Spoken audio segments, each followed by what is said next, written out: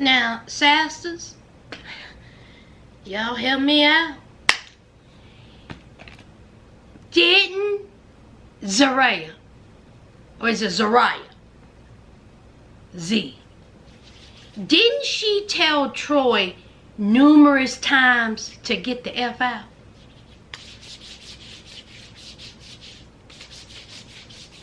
Don't forget your elbows. Didn't she tell him to get the F out numerous times?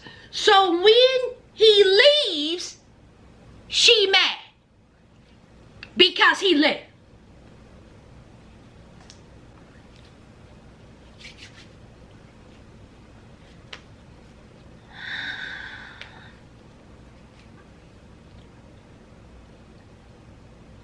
Let's get it poppin'.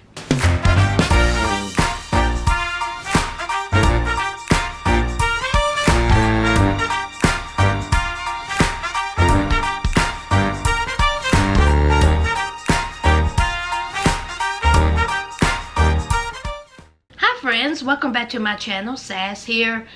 I'm here for another recap of Love After Lockup, child. Last night's episode was, it was okay. It was alright. But we all can't have them all. You know, they all can't be good. But as a whole, this season has been good. And next week is the season finale. And then the week after that is the season premiere of Life After Lockup. So, alright. So I hope you'll be back with me on this journey. Yes, child, if you're new here, why ain't you subscribe? See, that's all I'm asking.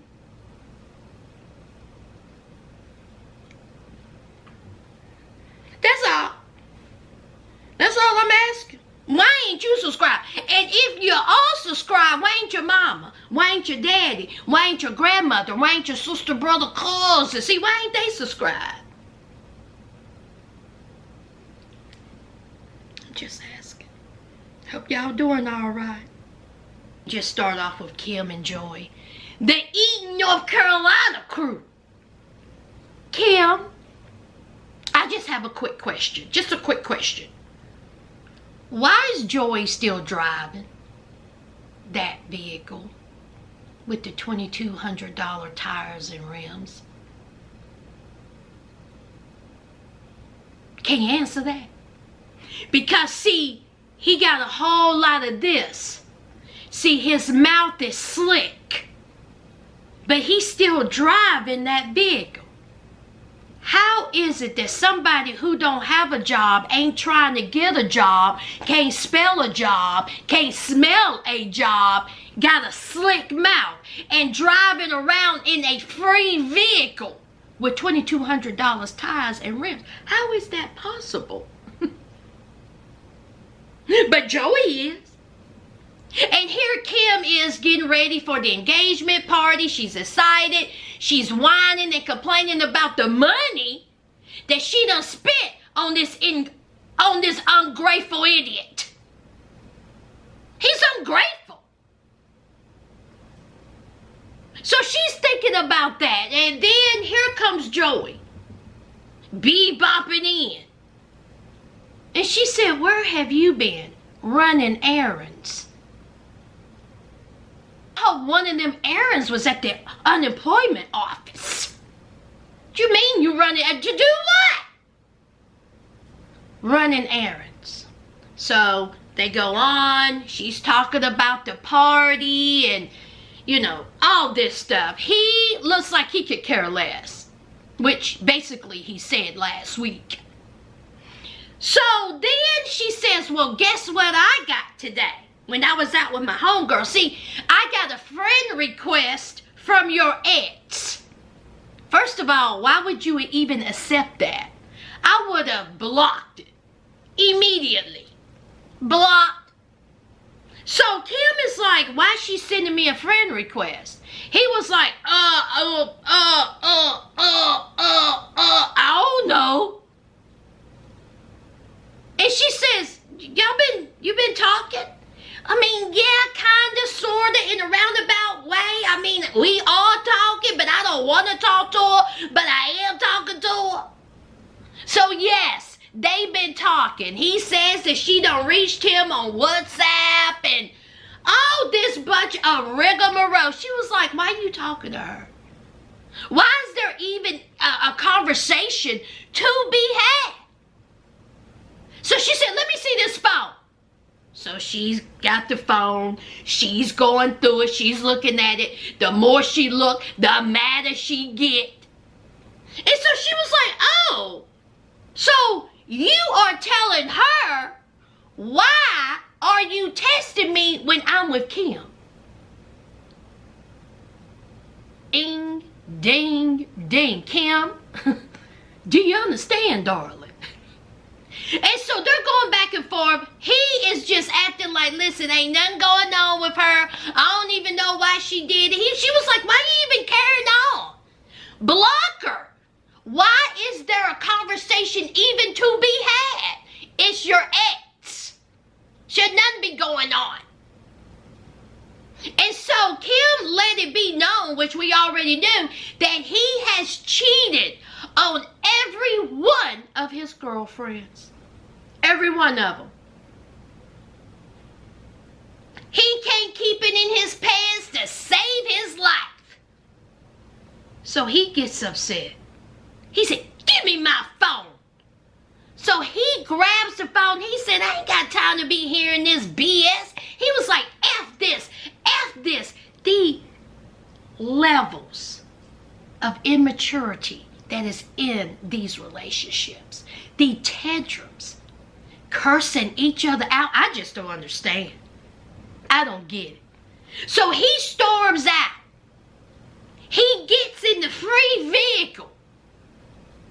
And then he calls her, let me make sure I put it right, a stupid ass. I think the fuck not, you trick ass bitch. This unemployed, disrespectful jerk off is gonna call you, his fiance, a stupid ass. Everything on that call will be gone.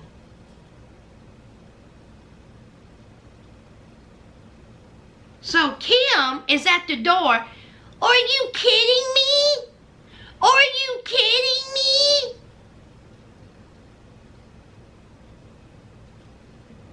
So he's driving and smoking. How he getting cigarettes? How he getting cigarettes? Because I know in good old North Carolina, them cigarettes is at least $6, $7, $8 a pack. But he's smoking. Just chilling. So he goes to Freedom Park. Good old Eden, North Carolina. I've been there. Freedom, freedom, I can use. Oh, Freedom Park, child.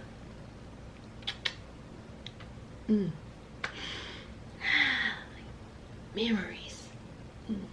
Anyway. So he's at Freedom Park. He asked his ex to meet up with him so he could tell her to leave me alone. He's tired of her. He don't want to have nothing to do with her. He gonna tell her face to face, you're blocked. Get out my life. I don't want to talk to you no more. And he mad because they was carrying on the relationship before he went to prison. And then when he went to prison, she ghosted him. And he mad. I would ghost you too. I would have ghosted you before you went to prison because you're out here stealing and you're getting high and you was a street pharmacist. Oh, but you mad because she didn't put no money on your books. Stupid. I mean, they just wake up in the morning, just walking crooked through life. Just silliness. And this has been going on since, what did they say? 2008? Oh, was it 2018? No, it was 2008, wasn't it, child? When they were teenagers. Teenage bullcrap. So So Joey is talking about he's done. He's done with all of it. We're just waiting the dramatics for her to pull up. Well, we know we're not going to see her because they done blurred out her face. I'm done with them. Kim, you know what, Kim? You know what? You grown. You are 38 years old. I don't need to tell you nothing. If you like it, I love it. How about that? You like it? I don't get up here and do these to give y'all counseling.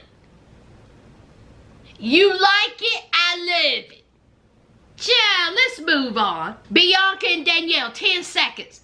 Bianca is still with the parents, and she told the cousin, she said, why did you tell Daniel not to marry me?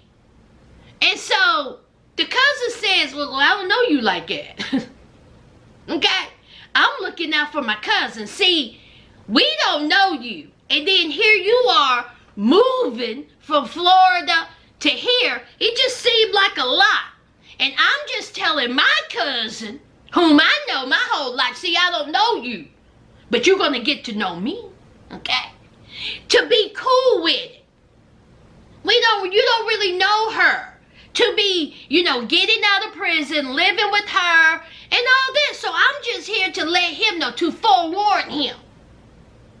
And that's just that on that. And so Bianca was like, yeah, save it for the sheriff. So Bianca was like, listen, I don't know why his family keep bringing up the drinking. I don't have a drinking problem. Everything's going to be fine. I'm good. He good. And they worried for nothing. And of course, his family keeps bringing up the drinking because Daniel is an alcoholic and they don't want him, unalived or relapsed or back in prison. So they're concerned about her drinking in front of him. So here it is, the day to pick up Daniel, and Bianca is excited. She's getting ready. She said that she has to look on point because she wants Daniel to blow out the back. She got her elementary school sign and she's ready. Okay? So the mom and daddy's there, the cousin's there, and was it another cousin that was there?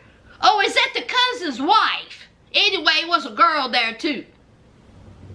So they're all waiting for Daniel to get out. And the mom and daddy are excited. Everybody's excited. And the cousin just can't let it go. The cousin is digging that knife into her rib cage. Every little chance he gets, he's like twisting it. You mess with my cousin, you mess with me. But Bianca didn't bad that. Bianca was like, man, if you don't shut up, okay, we good for now. You getting on my nerves, cousin. Now, I done took a left. Won't start none, won't be none. The cousin was like, listen, I'm his cousin. You ain't gonna be doing nothing to me.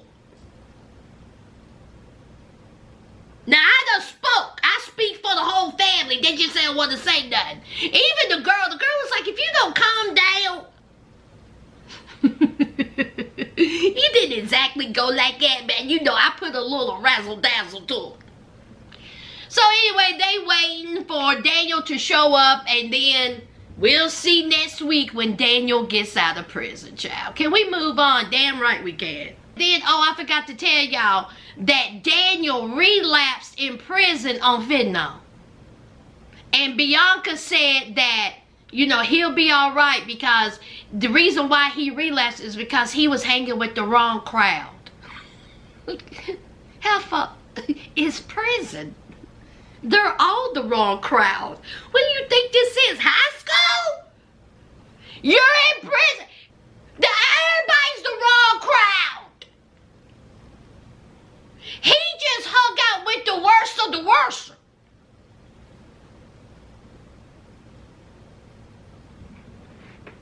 I keep forgetting that Bianca is just True and Shante.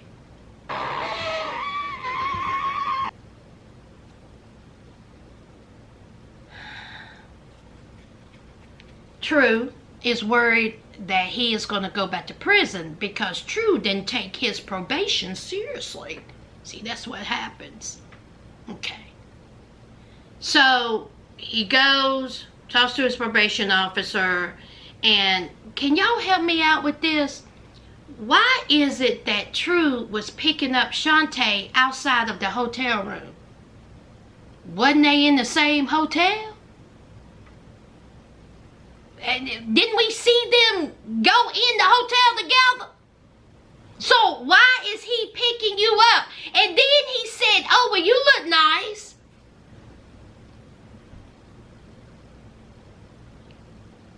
Didn't he say that? Oh, it was just me? Oh, okay. I'm just asking. Because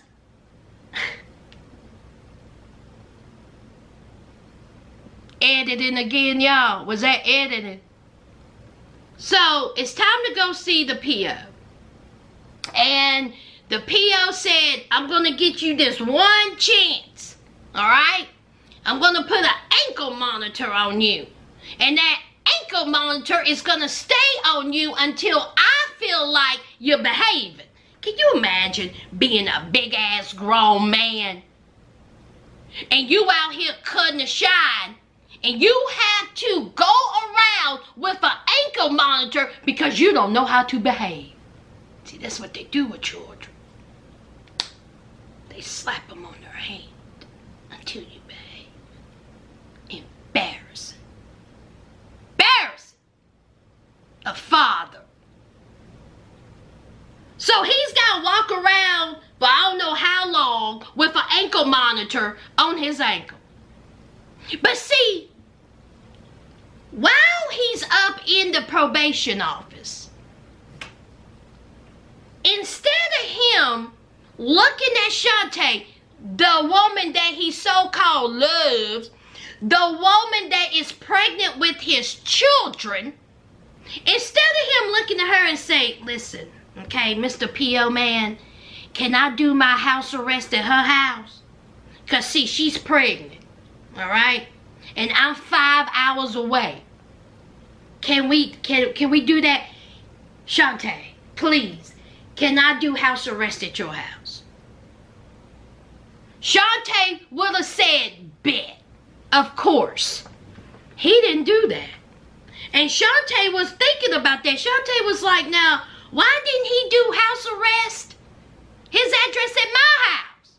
Even though I told him that I'm not sure about this relationship and we're not really on great terms, but I would rather have him there at my house than 5 hours away when I'm pregnant with his children. So then True gave this asinine explanation. Y'all, I played it back several times and I have no idea what he was talking about. I could not understand what he meant when he gave the reason as to why he didn't get his address at Shantae's. Put it in the comments. Because if y'all understand, let me know, because I didn't get it.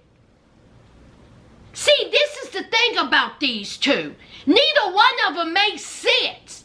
Shante don't open up her mouth. And True, when he opens up his mouth, garbage falls out.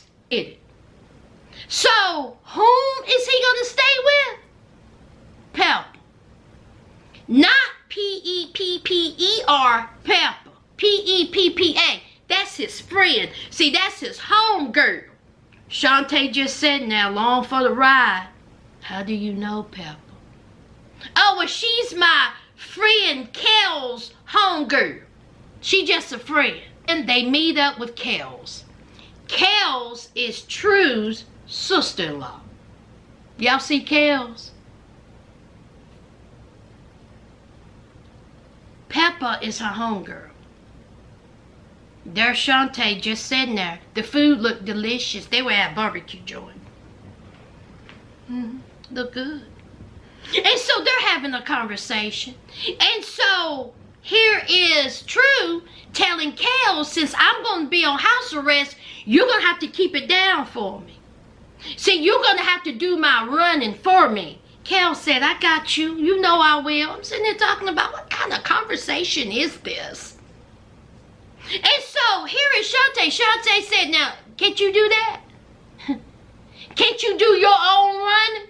And so True was like, I can't be doing anything. I'm on house arrest. She said, you can get passes. Because see, True, you can still come and go with an ankle monitor.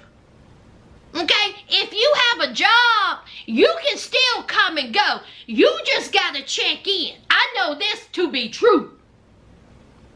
Okay? You can still check in to a job. Not a gambling, not a casino, but a job. But see, True ain't going to no job. He going gambling. There's a clear difference. And so Kels is like, I got you. You know, I got you. And so Shante was like, this don't even sound right. And she was like, man, I ain't listening to this. I got to go to the bathroom. So here's Kels. Kels says, now how is this going to work? She's 5 hours away. You really think she's going to come and see you? And he was like, yeah, of course. And she says, and your kid? With your kids? She's having your kids. And she gonna come. He was like, oh yeah, I didn't think about that. Of course you didn't think about that, True, because you're selfish. You would rather have this woman drive 5 hours to come see you when she has a job, when she has children, when she has responsibilities, she has a grandchild, and is she supposed to just stop everything and just come see you? And Shante would do it. That's what blows my mind. Shante would do that.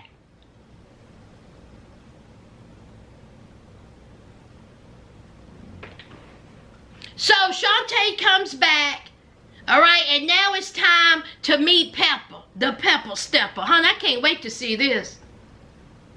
Because Shante is, of course, with True to go meet Pepper, the friend he's going to live with while he is on house arrest for how long. Shante said 2 years.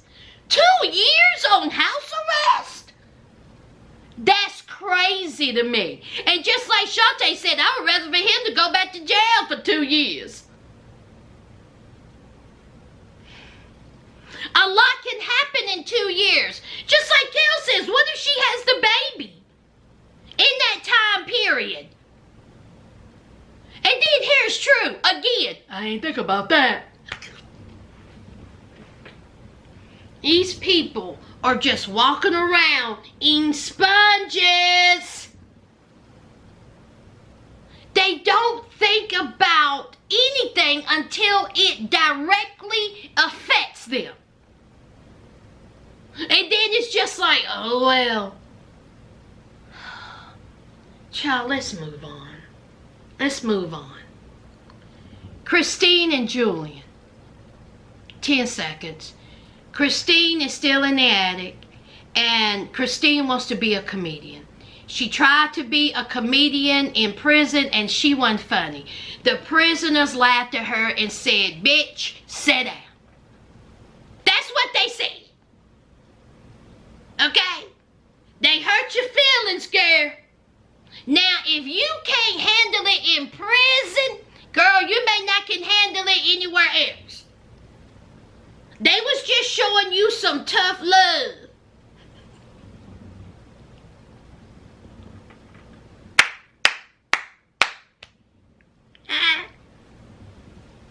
So she goes downstairs because she was, able to leave out her room for 1 hour a day. And she goes downstairs. There's Julian. Julian was like, the interview went well. He still ain't got no job because he got laid off. And so Christine was like, I'm doing my little comedy show. You're going to come down. Here's Julian. Julian. Now, I know not. Julian says you need to put that little comedy dream to the side. And I'm going to need for you to pick up some extra shifts down at that good old bar. That's what you're going to need to do. We need money. So I'm going to need for you to pick up some extra tips, side gigs, or whatever you need to do. Okay? This ain't fun. All right? We need mortgage, lights, food, water, gas. Meanwhile, you stay up there in the attic. The nerve. Julian, you said now, with no job, and you telling her to pick up extra shifts while she can't come down and see your children.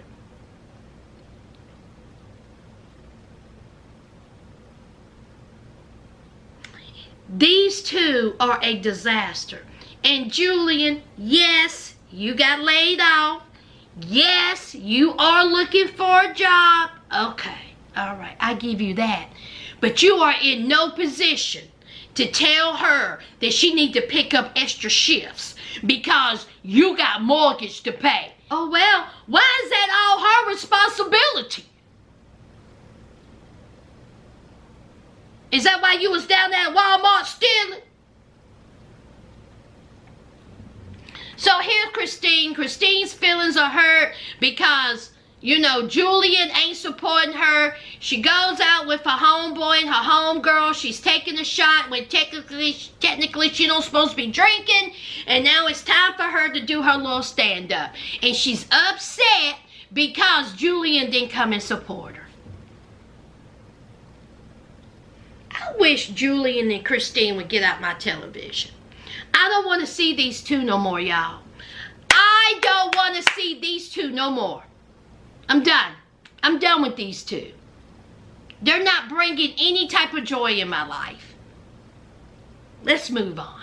And Keith, Leticia had to break it to her daughters that Keith isn't coming home. The youngest daughter starts crying. She's emotional. She wants her dad home. And Leticia said, well, he ain't coming. The oldest daughter is looking at her like, Mama, I am so sick of you, and I damn sure don't care if Keith comes home. Did y'all see the older daughter's face? Honey, she was like this.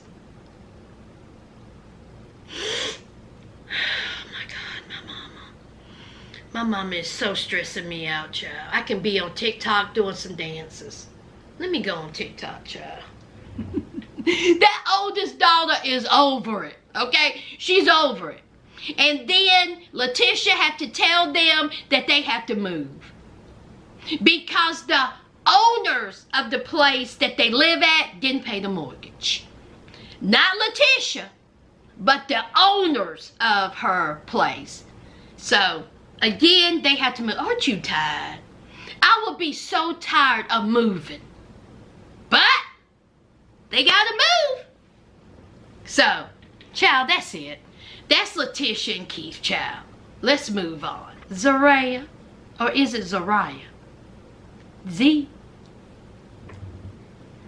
Why are you mad?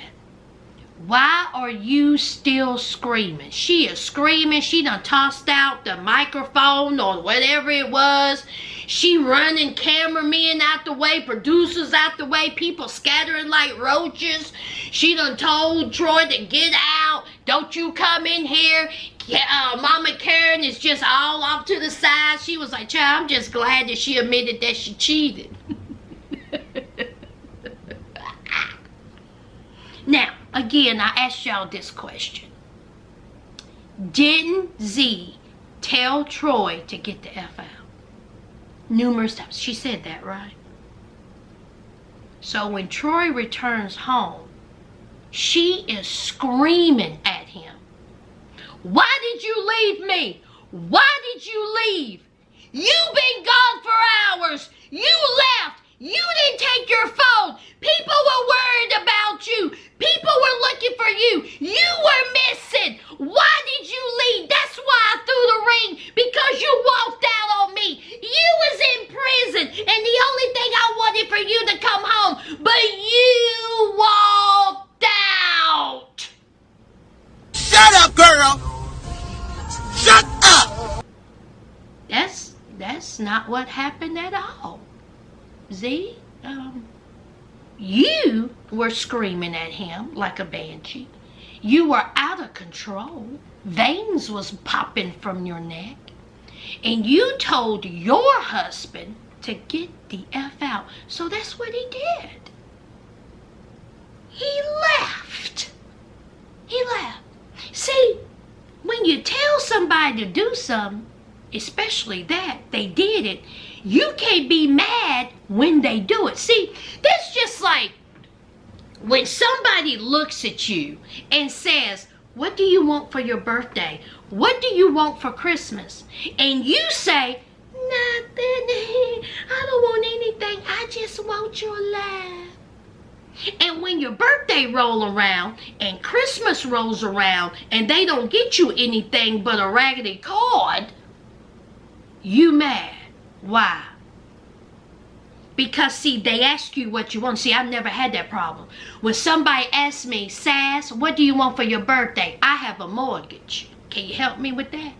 See, I have a car note. I have a light bill. Can you help me with that? Oh, okay. It's too much. Okay. See, I like movies. I like a good dinner. I like flowers. I like Snickers. Doritos are top tier. I like a good juice. A little clear dinner. See, I'm going to let you know real quick. And if you can't handle that, then you let me know. And we'll have an understanding. But I'm not that woman that be like, oh, I don't want. Don't ask me. Because I'm going to tell you what I want. And we'll take it from that. Just like if I ask you, and you come at me and be like, you know what, baby? I've been wanting those new sneakers, those new Nikes that come out. Bet. How much are they? $200. Well, you ain't going to get those. But I will get you some that's on sale. See how we could compromise? So now you mad because he left. And then she comes out her mouth. What? How do I know that you wasn't there meeting up with Yana? Well, how do I know that? You calling Yana. How Yana know that you left? Imagine being Yana. Imagine Yana looking at this and Yana is this. Hey girl, you watching the show? Count how many times my name came up. See, I ain't even done nothing. I'm not even on the show. And I got her shook. Cause see, that's what she doing. We ain't even met Yana yet. We ain't even seen or heard Yana. But she got you so shook that she all over the show. You are more concerned with the baby mama than your man. It's all about his child, according to Troy. See, the thing about it is, you cheated. We ain't heard anything about Troy cheating. You cheated. He forgave you. Well, here is the back and forth. She's still screaming. She's yelling. She's out of breath. She's washing her face. And so he says, there's nothing going on. I'm telling you, there's nothing going on. Yes, he acknowledges that she cheated. Yes, he says that he forgave her. But he also said, I'm not going to sit here and have you scream in my face. I took myself out of the situation. That's what I did. I needed a breather. Because see, that's what you do when you get yourself in this type. See, that's what you do. Okay? When you are in a situation where someone is screaming and yelling in your face, you take yourself out of it. Because see, something may lead to something else and it escalates. Okay? She's screaming and yelling. Now what if he would have?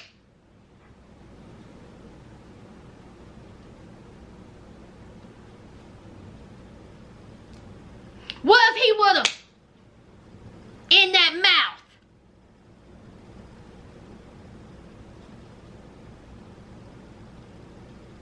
So he left.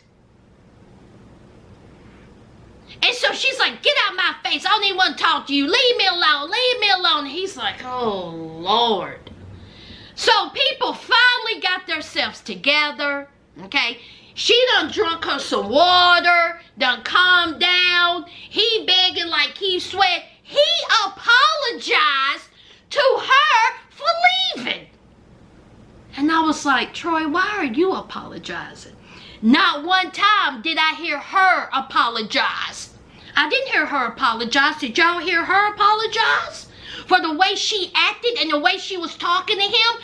But he apologized for leaving even though she told him to get the F out.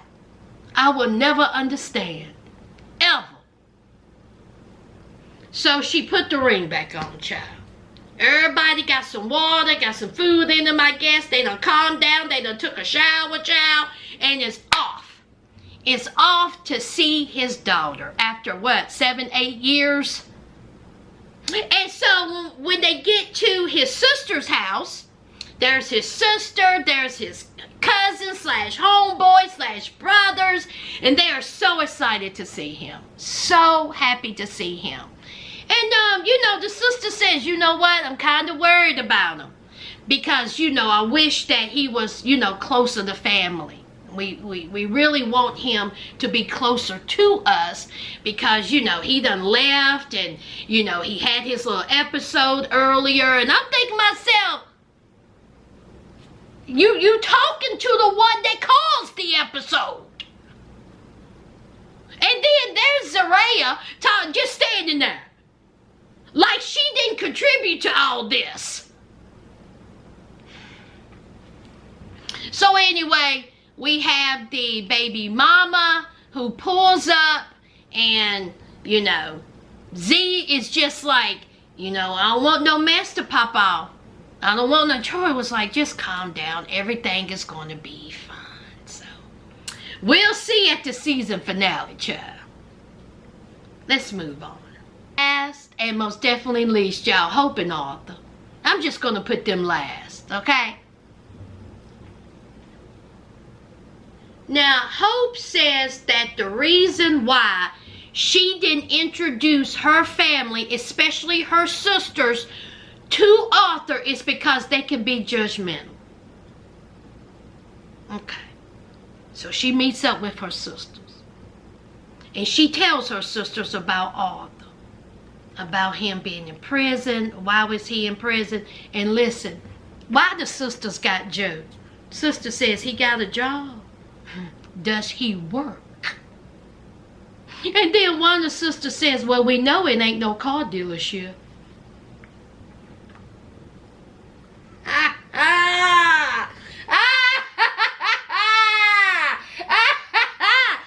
said, boo. That was a good one. And so, of course, the sister says, oh, no. What is this? Okay? It ain't none of this busting out windows. It ain't none of this, you know, toxic relationships. Hope said, no, no, no. We good. We good for now. Well, that didn't last. Side note. Arthur, y'all know he's in jail because of the whole thing with Hope. Well, one of the charges got dropped, which means that his bail got dropped, okay? And he may be getting out of jail soon. He just needs some funds to get out, child. But Arthur is on his way of getting out. Arthur, don't go nowhere near Hope. Don't go anywhere near Hope, okay? If that's the case.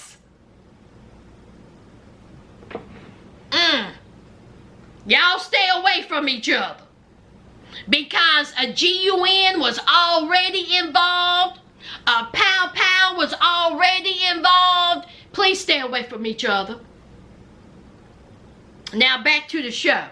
So Hope was like, we good, we cool. You know, I want you to meet him. And so they was like, all right, bet. Now I'm looking at them and they were not, you know, volatile. So it's time to meet the grandparents. I said, yes. Y'all know I love some grandparents. So here's Pop-Pop. And there's honey, Miss Thing Grandma, lovey, honey. I said, yes. Did y'all see Miss Lovey said now? You cannot tell me this woman can't make a mean biscuit and macaroni and cheese. So here is the grandparents, the sisters, Hope, and then here comes Arthur. Did y'all see the pop-pop? What was the first thing he looked at? Ding. He looked at that Dorito right there in the middle of his head. Pop-pop was like this. Now, I know you... I ain't gonna say nothing. And then here's Miss Lovey, the grandma. She was like, oh, yeah. Here we go. I'm here for the BS. Pass me them nachos. Go ahead. Give me that guac. There you go. Yeah. Give me that salsa. Honey, Miss Lovey was getting her life, child. And I'm here for it. So here are the sisters asking normal questions. Do you have a job? Where do you work? My sister's supporting you. And Arthur was very respectful. Yes, sir. No, sir. No, I'm not working. I'm an entrepreneur. I'm a designer. Yes, she's taking care of me for now. But I am looking for a job. It just ain't working out for me. And so the grandfather was like, okay. You know, well, what were you incarcerated for? Because, see, Hope had to tell him that he was been in prison. And so the grandfather was like, what you incarcerated for? So Arthur tells him. And the grandfather was like, mm-hmm. So the grandfather said, you know, I was a correctional officer. Honey, Arthur's heart almost jumped out his chest. Okay? And so the grandfather, wise man, said, you know what? How are you going to stay out of prison? What are you doing to better yourself? Because, see, I know the game. I know the game. Been up in there. I know the rules and I know the regulations. So you tell me how you're going to stay out. And so Arthur went on and explained, you know, talked about his issues, how he's trying to get his life together. And then what about when Hope said that Arthur had a mini meltdown, breakdown? I said that was a mini meltdown, Hope. This man was glazed over and you call that a mini meltdown? Girl, bye. So they're carrying on the conversation. Everyone was lovely. They got along. No one was disrespectful. I think that the questions that was asked was needed. What was said was needed. So Hope, what were you talking about being judgmental? I didn't think they were judgmental at all. Y'all, let me ask you something. Why is it when we meet the participants of this show, and then we meet their parents, grandparents, sisters, brothers, cousins, they make more sense than the actual participants? Why is that? They all seem like cool people. I would want to hang with the co-participants than some of the participants.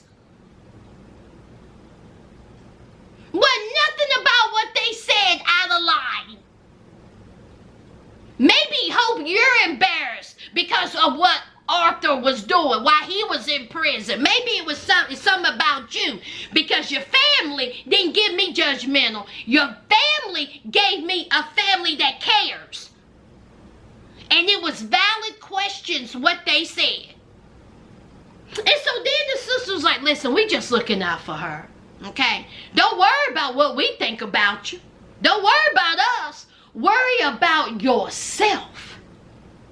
How you going to improve yourself? Okay? We good, you good. You good? We good. My sister good, we good. You understand that? And that's that on that.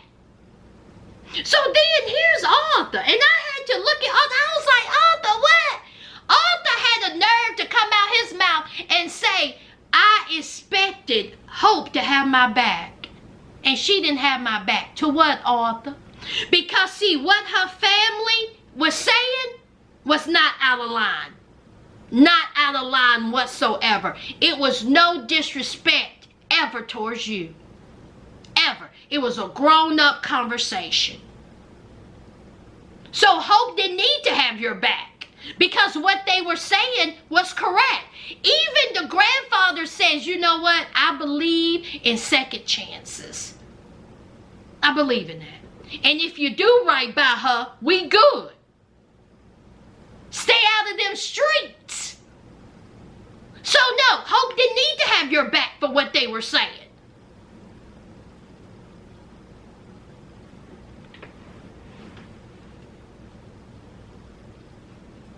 And child, that's it. That's it, y'all. Okay? I'm gonna go get me something to eat. I think I'm gonna have me a BLT with onions.